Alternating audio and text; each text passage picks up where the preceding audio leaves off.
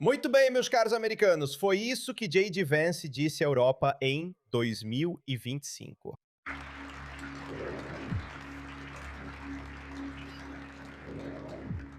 Espero que esse não seja o último aplauso que eu receba. Mas nós nos reunimos nesta conferência, é claro, para discutir. J.D. Vance, aos 40 anos de idade, foi empossado como vice-presidente dos Estados Unidos. Apenas um mês depois, ele estava em Munique, ocupando o centro do palco na arena da diplomacia internacional. Falando para uma plateia de autoridades eleitas, diplomatas e oficiais de alta patente, Vance transmitiu uma mensagem, ou melhor, um aviso. Para garantir sua própria defesa. A ameaça que mais me preocupa em relação à Europa é a ameaça interna. O recuo da Europa em relação a alguns de seus valores mais fundamentais, valores compartilhados com os Estados Unidos da América.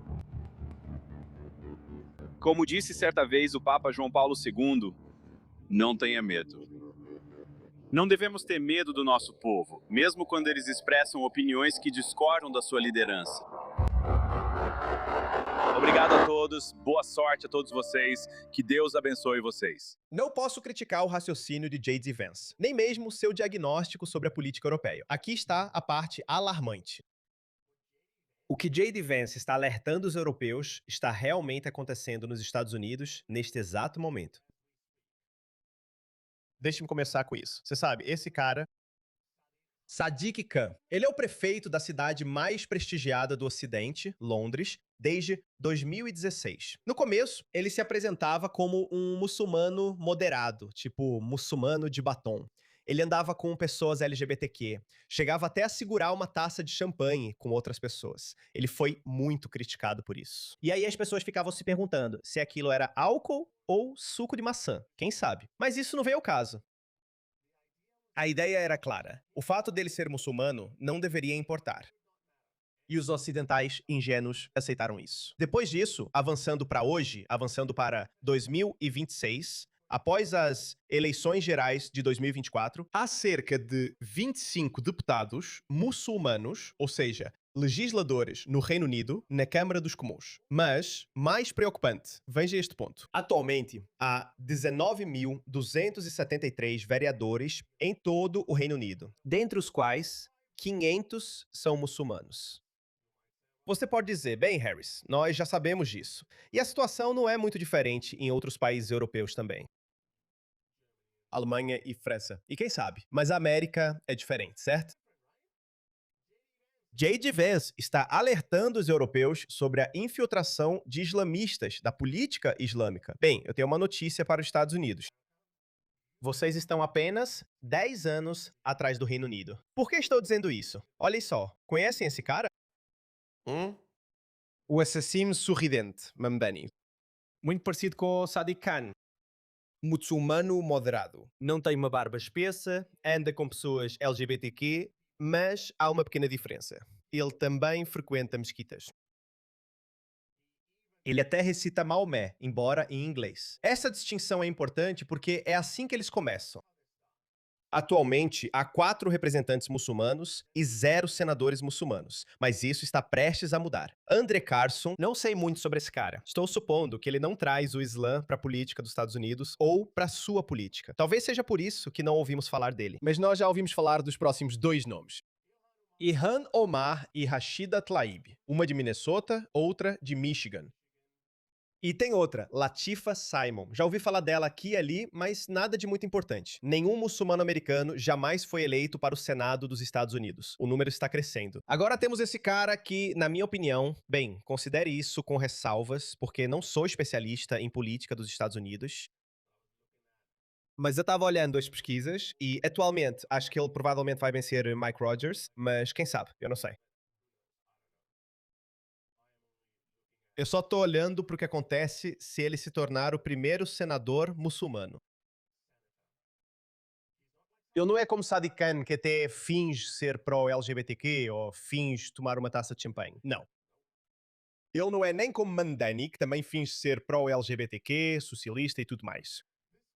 Esse cara tem credenciais socialistas, mas não tem medo de mostrar não só seu lado agressivo, mas também seu lado muçulmano. Olha isso, escuta esse trecho. Americanos no país. Agora, você pode não odiar muçulmanos por raça, mas vou-te dizer, os muçulmanos têm que te odiar. Você ouviu isso? Vamos ver isso no contexto completo. Então eu cresci nesse estado. E você pode imaginar como é ir para a escola com um nome como o meu, você acaba lidando com muitos valentões. O fato é que eu simplesmente não dou atenção para valentões. Não vale a pena. Mas é o seguinte. Mas esses valentões devem ter feito algo incrível para você estar onde está hoje. Você está concorrendo ao Senado. Uma das maiores frustrações que eu tive é a suposição de que deveria haver algum tipo de associação entre mim e algum grupo perverso. Grupo perverso. Você precisa entender as implicações, ok? Sim, justo. Em qualquer democracia fechada, grupos vão se formar. Você vai se opor, você vai discordar. Desde que todos esses grupos estejam trabalhando em direção a uma visão compartilhada, ou seja, pode ser qualquer coisa. Uma nação sob Deus, uma nação sob uma constituição. Pode ser qualquer uma dessas coisas. Não tem uma agenda estrangeira. Não tem um problema de lealdade a interesses estrangeiros. Por exemplo, você pode discordar dos seus colegas democratas sobre a política econômica, sobre a política de saúde ou sobre a política de educação deles. Está tudo bem discordar de todas essas coisas porque você tem sua própria visão para a América. Mas o que não está certo é, se você acredita no seu coração que a Constituição dos Estados Unidos é má, inerentemente má, e que precisamos substituí-la por outra coisa. Isso é uma agenda estrangeira. Pode ser islamismo, sharia ou comunismo. Havia alguns comunistas na América também. Eu digo que deveríamos trazer de volta o macartismo. Não sei, não vou me desculpar por isso. Nada deve estar acima da Constituição dos Estados Unidos. Nada deve estar acima disso. Nunca deveríamos chegar ao ponto de ter que empregar medidas realmente severas para manter nossa Constituição sob controle. Porque no final das contas, as democracias governam pelo exemplo moral. Se você está moralmente falido, então não importa qual história ou ideia de nação você esteja vendendo, isso não vai funcionar. Por exemplo, o nazismo não deu certo porque, você sabe, estava fadado ao fracasso. Mas se as pessoas concordarem coletivamente com os valores fundamentais dos Estados Unidos que foram determinados pelos pais fundadores dos Estados Unidos, então é assim que deve ser. Então todos nós devemos trabalhar sob esses princípios. Essas pessoas não estão seguindo isso. Eles estão trabalhando contra isso. E eu vou mostrar mais vídeos e isso vai provar o meu ponto. Mas veja, como eu disse, esse não é Sadiq Khan. Sadiq Khan nunca diria algo como o que ele acabou de dizer ou o que ele está prestes a dizer. Nem mesmo o Mandani deixaria sua máscara cair tão descuidadamente. Fique de olho nesse cara, porque ele é um islamista. Os outros caras, você sabe, eles podem ser... Eu estou disposto a dar a eles o benefício da dúvida, que eles estão servindo como trampolim para pessoas como ele. Essa é a parte perigosa. Eu não sei o que está no coração deles. Eu não sei se eles são genuinamente islamistas ou não. Eu não sei. Talvez eles mesmos estejam confusos. Eles podem achar que socialismo e a identidade muçulmana deles podem andar juntos. Eles podem acreditar nisso. Mas esse cara não é socialista. Como Trump disse, ele é comunista e odeia a América, o modo de vida americano. Sobre o fato de eu escolher rezar de uma maneira específica, está implícito nisso levantar o espectro, que tem tudo a ver com o contexto. Agora é o seguinte, o que mais me frustra não é o racismo escancarado por parte de certas pessoas, mas o que mais me frustra é, nas palavras de Martin Luther King, que um dos aspectos mais perigosos não é quando as pessoas más se manifestam, mas sim quando as pessoas boas deixam se manifestar. E o que eu não ouvi foi os republicanos deste painel denunciarem de forma decisiva e rápida esse tipo de islamofobia. O motivo pelo qual ninguém mais está rebatendo a chamada islamofobia é porque isso não existe. Viu a reclamação deles? A sociedade americana, em geral, não é vítima nem autora de islamofobia, seja lá o que isso signifique. Isso não é de interesse da sociedade americana. Os Estados Unidos não são um país islâmico, não é um país muçulmano, não se importa com o Islã. O único motivo pelo qual estamos tendo esse debate nos Estados Unidos agora, depois que esse debate destruiu a Europa, e agora está de olho na sociedade americana, é porque 2% dos americanos são muçulmanos. 2%. Insignificante. Me diga qualquer outra comunidade que seja 2% ou algo assim que faça tanto barulho quanto essa. Você pode dizer judeus, pode ficar tentado a dizer judeus, mas o povo judeu não tá tentando desmantelar os Estados Unidos. Eles não estão. Sim, eles têm sua própria agenda, o que é perfeitamente normal. Eles querem garantir que Israel exista e que tenha o apoio dos países mais poderosos do mundo. Eu faria o mesmo. Se os muçulmanos estivessem fazendo isso a partir de seus próprios países muçulmanos, eu não ficaria tão alarmado quanto estou agora, porque esses caras vieram para cá e agora querem seguir seu próprio caminho. Eles querem remodelar os Estados Unidos e a política americana à sua imagem. Então ele basicamente está dizendo que não são todos, e ele está citando Martin Luther King. Duvido que Martin Luther King concordaria com a definição dele de islamofobia. Ele basicamente está chegando ao ponto de que pessoas más estão dizendo coisas ruins, mas pessoas boas precisam responder. E olha o que ele diz. Esse tipo de racismo, nesse contexto, certo? Eles querem representar o Estado com o maior número per capita de americanos muçulmanos do país. Agora, você pode não odiar muçulmanos, mas eu te digo, os muçulmanos definitivamente te odeiam. Você pode não odiar muçulmanos, mas os muçulmanos definitivamente te odeiam. Número de americanos muçulmanos no país. Agora, você pode não odiar muçulmanos, mas eu te digo, os muçulmanos definitivamente te odeiam. E todos nós sabemos disso. E 3 americanos no país, agora você pode não odiar muçulmanos, mas eu te digo, os muçulmanos definitivamente te odeiam. Os muçulmanos definitivamente te odeiam. Esta é a versão agressiva do Islã. Então, primeiro, eram os muçulmanos liberais, mais moderados, que conseguiam enganar facilmente os esquerdistas. Sim, olha, Sadiq Khan bebe álcool. Ele apoia os LGBTQ. Ele levanta bandeiras LGBTQ. Bem, eles tentaram isso de novo na segunda cidade mais importante do Ocidente, ou provavelmente a cidade mais importante do Novo Mundo, Nova York.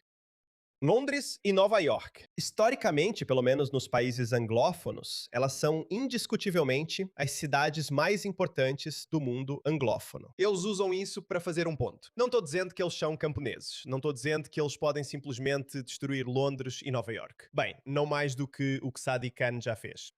Mas essas pessoas estão se revelando degraus. Olha isso. Olhe para essa mulher. O Estado Conservador do Mississippi nomeia a primeira juíza iemenita, praticante da Sharia e usuária de hijab, além de advogada de imigração que legalizou imigrantes ilegais. Então, essa mulher passou boa parte da vida legalizando imigrantes ilegais. Pessoas que violam as leis de imigração dos Estados Unidos, que entram ilegalmente na América, desrespeitando as leis americanas, desrespeitando a vontade do povo americano. Ela vai contra eles e os legaliza. Isso é, tem um ditado em urdu que diz que eles estão atacando as raízes da árvore, a árvore proverbial. Então é isso que eles estão fazendo.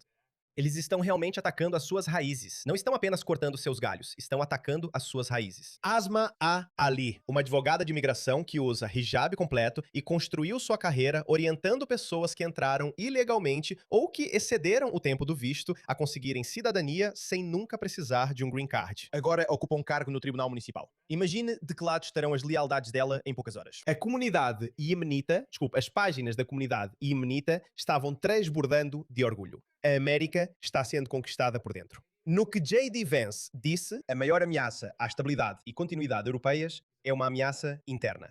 O que é isso, pessoal? O que é isso que eles estão dizendo? Esta é a mesma mulher que conseguiu uma proclamação do mês da herança árabe-americana do governador republicano Tate Reeves. Eu não sei sobre isso, mas estou apenas lendo o que Amy Mack escreveu. Defendeu publicamente o Saddam, que odeia judeus, glorificando a Margali, ligado à Irmandade Muçulmana. Aliás, esse cara, Abdul al-Said, as conexões dele com a Irmandade Muçulmana são confirmadas. Não há dúvida sobre isso. O tio dele ocupou um cargo importante na Irmandade Muçulmana. Ele é o ex-prefeito de Hamtramck, cuja nomeação como embaixador dos Estados Unidos no Kuwait fracassou no Senado em outubro de 2025, em meio à oposição bipartidária devido ao seu histórico. Claro, Asma Ali estava na audiência para apoiá-lo. Aplaudiu o ativista radical do DSA, Zoran Mamdani. Asma, vê, eles todos se tornam um só. Zoran Mamdani é ugandense de ascendência indiana. Fala hindi, punjabi e urdu. Às vezes fala com sotaque indiano e às vezes adota esse sotaque de Nova York. Muito bem, é uma habilidade. Mas todos eles se unem. Ela é iemenita. Eles não sabem nada uns sobre os outros, ou sobre as culturas uns dos outros. Mas há uma coisa que os une. Todos nós somos muçulmanos. Se eu me tornasse muçulmano hoje e concorresse a um cargo, eles me apoiariam. Eles vão procurar. Eles vão dizer, ei, sabe, como você vai servir a uma muçulmana? E os republicanos, essa é a questão. J.D. Vance está ciente disso. J.D. Vance está emitindo esses alertas para a Europa. Eu diria que vocês também precisam ficar de olho no que está acontecendo em casa. Isso é o uma infiltração ideológica na barreira final. Uma vez que os Estados Vermelhos caírem, não vai restar mais onde manter a linha de defesa. América, por favor, não leve isso na brincadeira. Por favor, não subestime isso. E veja, as pessoas sempre reagem. Esse é o motivo. Olha, dá uma olhada nisso. Esse vídeo está viralizando nas redes sociais. Um homem, um americano, confronta essa mulher muçulmana e diz: "O que você está fazendo na América? Você não pode usar isso aqui." Essas são ações individuais. Eu não as aprovo. Precisamos de uma solução maior. Precisamos de uma solução política de alto nível. Assim, essas coisas não acontecem. Os americanos estão totalmente em seu direito de se sentirem ofendidos ao ver estrangeiros vindo para a América e dizendo aos americanos como eles devem viver. Os americanos estão totalmente em seu direito de ficarem irritados. E eu digo que vocês precisam ficar ainda mais irritados. E precisam pressionar seus políticos. Talvez não tanto contra indivíduos assim, mas veja isso.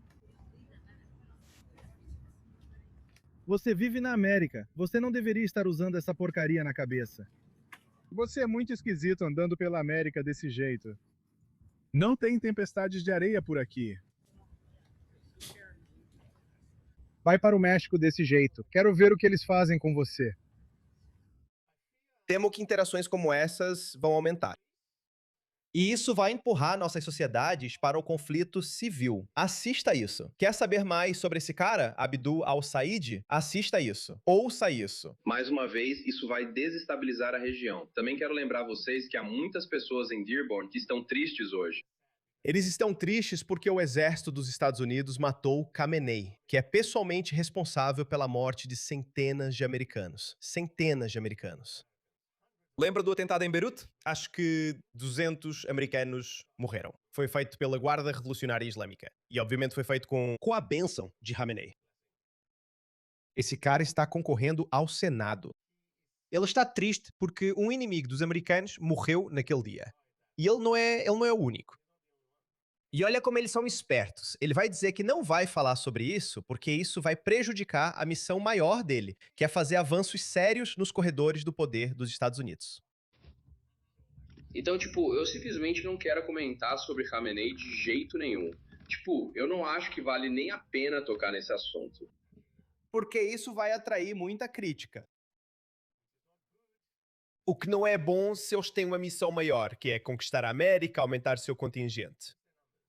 Então, de novo, isso vai desestabilizar a região. Eu nem acho que vale a pena tocar nesse assunto. Então, é isso que está acontecendo, meus caros americanos. Não é hora de ser complacente, porque os dias de pensar que isso só acontece na Europa e que a América é diferente já passaram. E sem desrespeito, eu reconheço totalmente que os Estados Unidos são um país muito diferente do Reino Unido. E o Reino Unido é muito diferente da Austrália. Todos nós temos nossas próprias limitações e desafios. Mas também precisamos reconhecer o fato de que todos os nossos países ocidentais estão sofrendo de empatia suicida e políticas de esquerda, que não é totalmente baseada em empatia suicida. Eles também têm seus próprios interesses. Eu acho que eles, os mais espertos deles, sabem que o casamento entre os islamistas e a esquerda é apenas temporário. Eles só veem a civilização ocidental, ou o status quo, como seu inimigo comum. Uma vez que tenham nos tirado do caminho, então eles vão lutar entre si para decidir e determinar o futuro do mundo ocidental. Mas eu não acho que devemos ficar por aqui para descobrir o que acontece. Precisamos lutar em duas frentes.